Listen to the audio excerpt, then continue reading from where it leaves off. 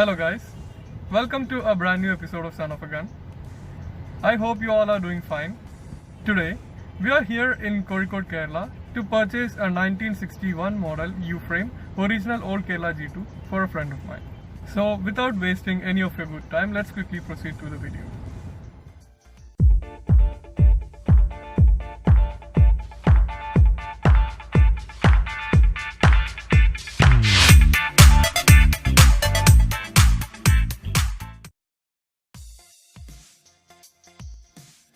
I have a feeling that most of you guys haven't yet watched the video on Vintage Bullet purchase guidelines.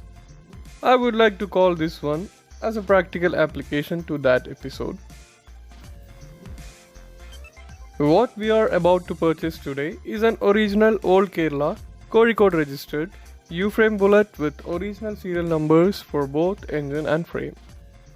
If the engravings are still visible, like they were stamped only yesterday, then we could imagine the amount of care and attention that the previous owners had bestowed on the motorcycle. Now, let's imagine a scenario where you need one like this and you have tons of money. But what are the odds that you could come across a machine like this? I wonder if people who are in neck deep in vintage bullets would find this amusing. For the bigger majority, this is nothing more than obsolete technology being admired and worshipped by a bunch of fools. Like we care. I would like to mention one very intriguing remark made by my good friend and the prospective owner for this one, Mr. Prasun Tamban from Kochi, towards that argument. Apparently, his friend had made an intervention and asked him to buy a Harley instead. Let me quote his words.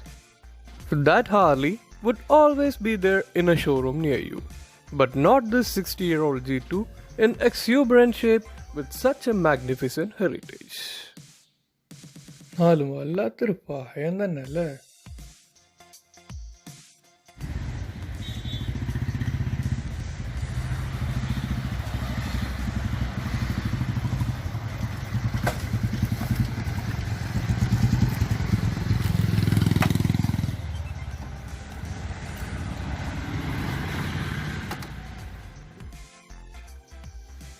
The first obvious question that would come to every viewer's mind would be the mismatched bucket fenders.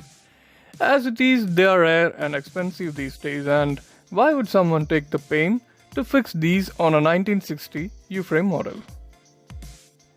I had a similar doubt with the KLK Mr. Ambari from Thrissur used to own, but this logic could only be comprehended by certain fanatics. I know a guy who fixes SR Magneto on any CI bullet that comes his way. Something to get used to, anyhow. The next question would be, why Enfield India monogram on a U-frame G2 which flaunts tax token holder and AA badge even? The erstwhile owner is probably not too well versed with the intricacies of vintage bullets, I guess.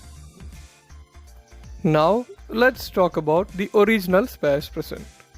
The prime attraction is the original frame and engine, represented magnificently by the original Reddit stamps, clearly visible even after 60 years. The original Albion gearbox with clear markings is also a rare attribute. The original tank and Royal Enfield India rubber pad, albeit the conspicuous fade, makes the machine graceful. Wait till the restoration is complete and this would be a one-of-a-kind charmer for sure. Now that's a beauty. This stamp would mean the world to a true vintage bullet enthusiast. Other commonly found spares like bicycle hubs, double cup shocks are also present. The brake and clutch levers are original ones. The clutch, including outer cover, the head and block are relevant to the model.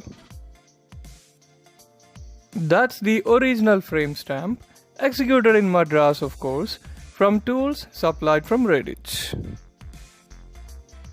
These original old levers and grips, along with the short handle, gives immense ride comfort.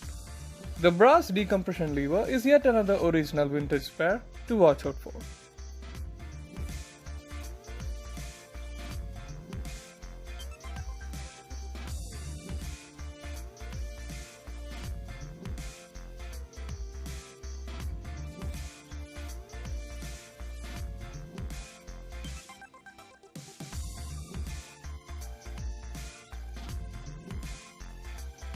This nice looking Royal Enfield badge enhances the overall appearance of this motorcycle along with the AA badge, even though wrongly placed.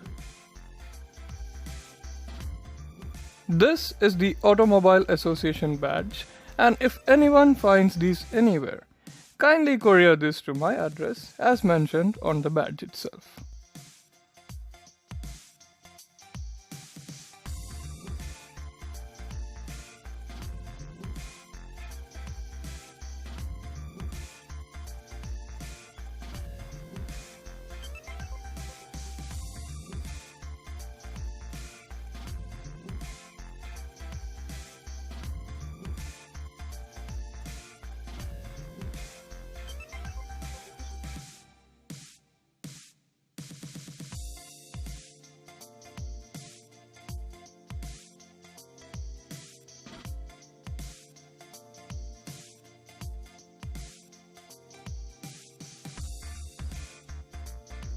The side stand and center stand are of the old type, so is the original curved brake pedal.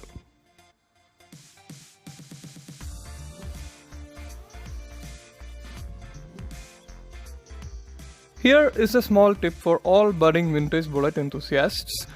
I'll tell you some easily distinguishable features of a U-frame G2 tank. These ones came after 1959, and till then the chrome plated tanks used to come. The neck of this tank could only just accommodate the bolt, and there won't be any free space as could be seen on a newer tank.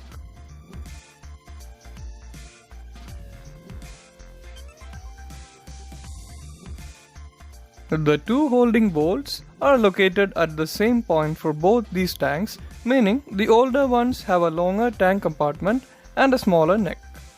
The height is also arranged so as to give a majestic and tall look to the rider.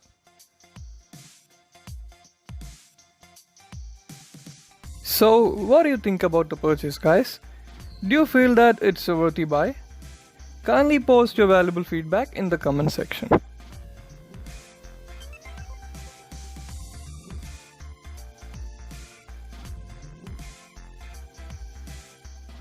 चलो अब देखते हैं चला के।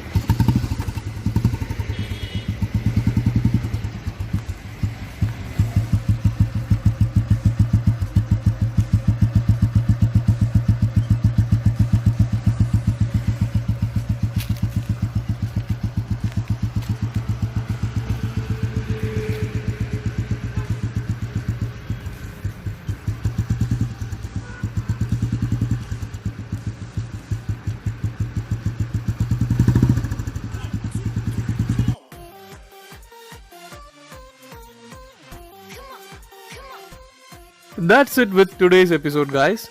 Kindly subscribe to the channel and do not miss out on any of the 43 odd videos. Thanks for watching Son of a Gun.